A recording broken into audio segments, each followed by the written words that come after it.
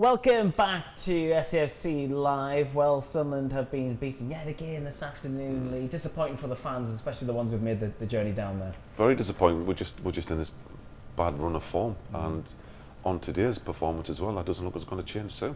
Yeah, let's look back through the game and see where maybe Sunderland went wrong this afternoon down at Carrow Road. The chances were few and far between, weren't they, really, for both sides? I mean, we were just saying off mic there from a neutral. It was a miserable game to watch, wasn't it? It was. I mean, as I said, we got a shot on target here, and there was from us as well very few and far between. We just didn't look dangerous.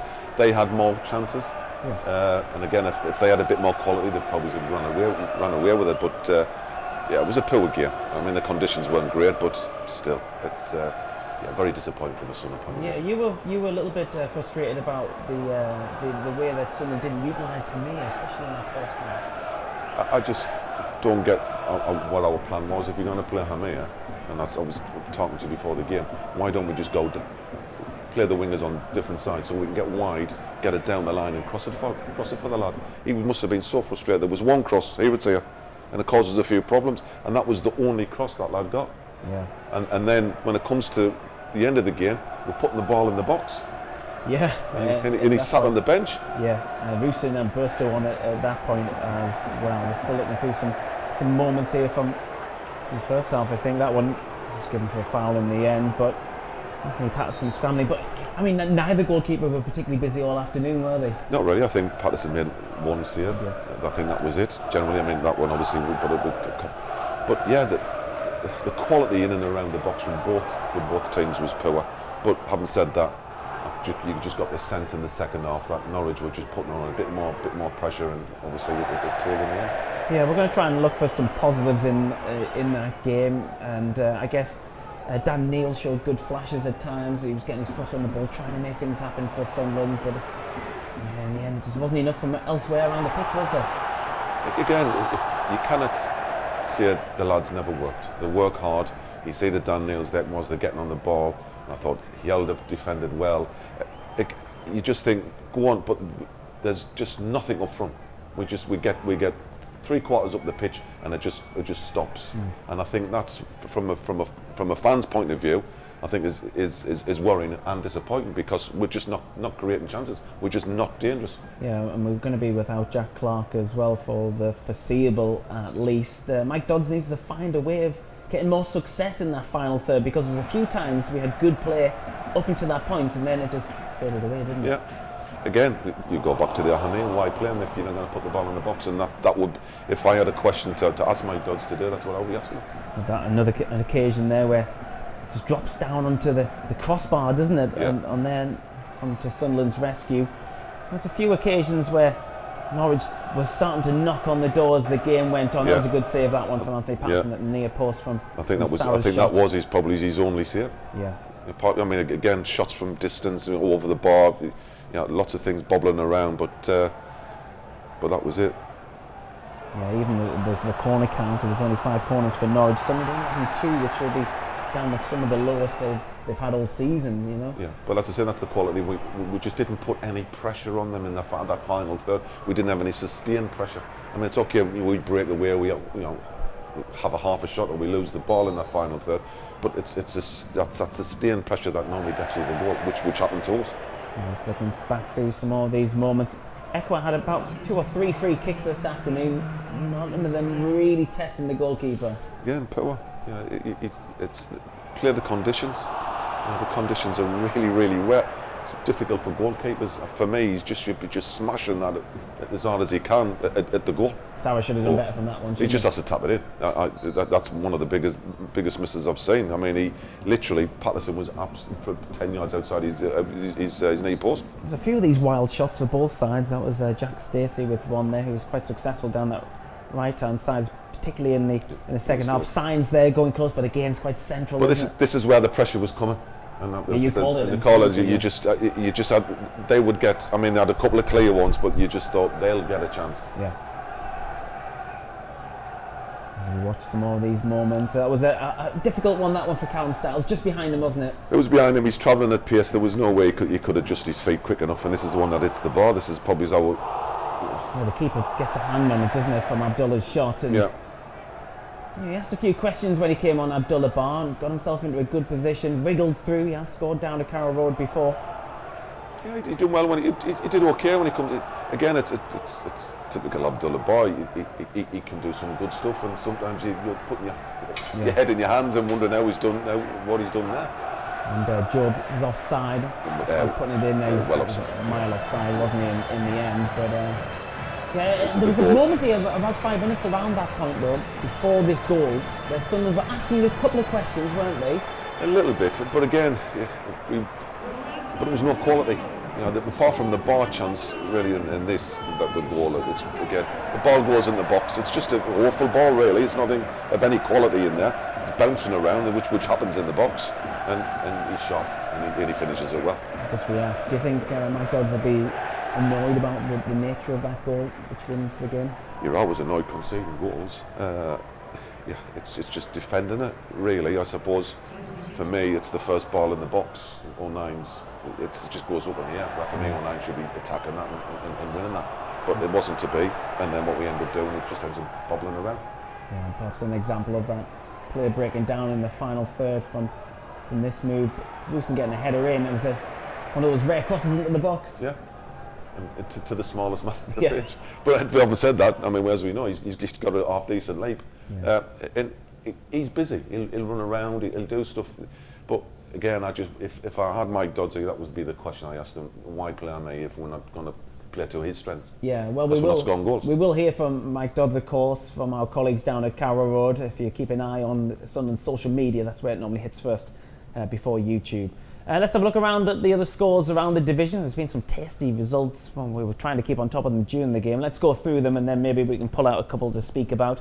In the early kick-offs, it was Bristol City 0, Cardiff City 1, Huddersfield Town 1, Leeds United 1, Birmingham City 3, Southampton 4, despite Birmingham being in the lead a couple of times in that game.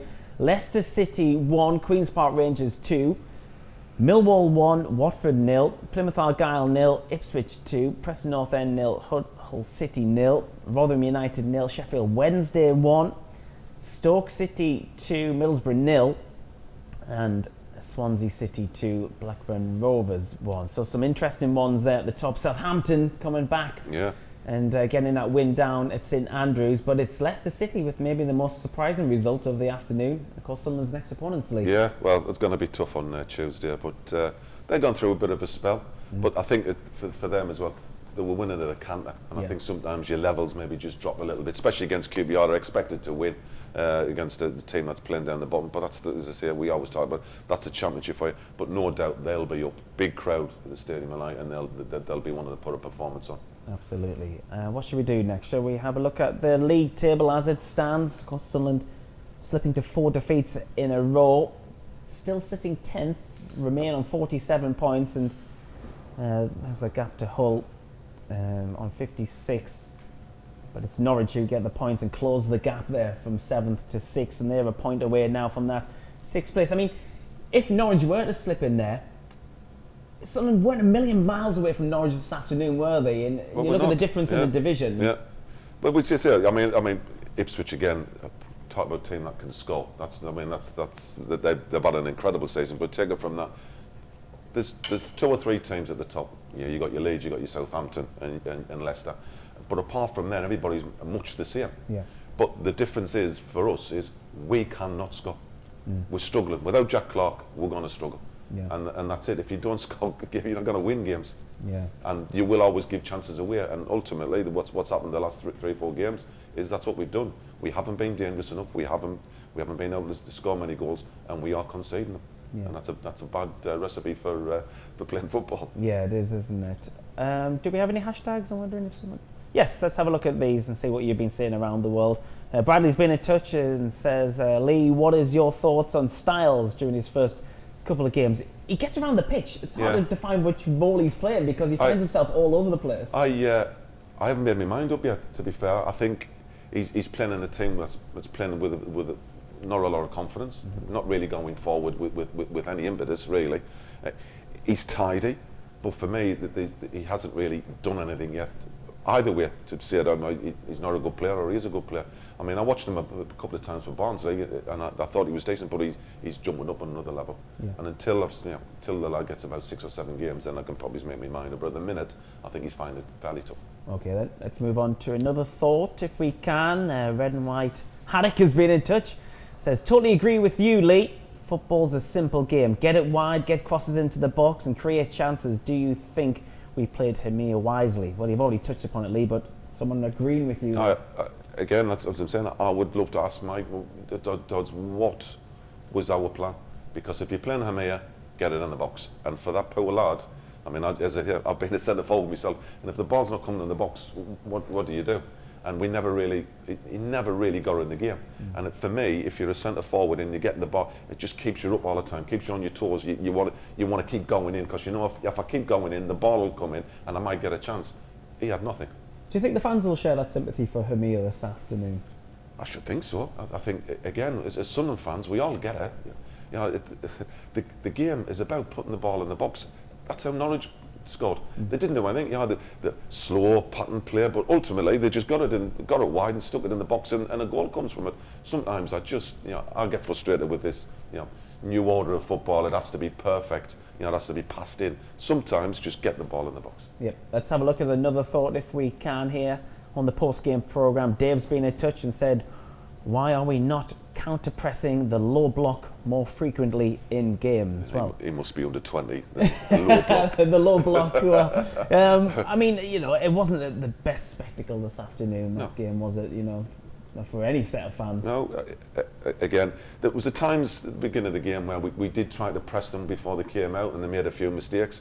But when a team's coming at you, we're defending deep, and then it's hard to get back out. So it's the momentum of the game. If you're on top, you can really squeeze and you can really push on. But if you're under the cosh like we were for about 20 minutes in that second half when they were pushing on, it's hard then to get out and put any pressure on the ball. And ultimately, it's cost us.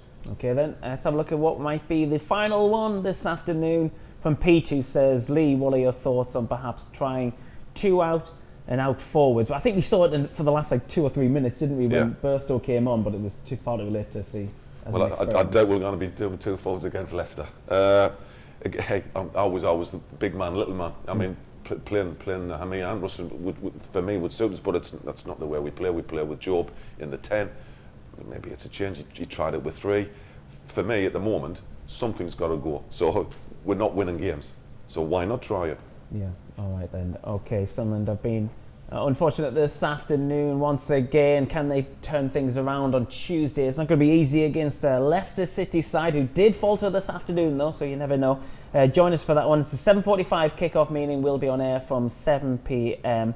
on Tuesday evening. Enjoy the rest of your weekend. We'll see you soon.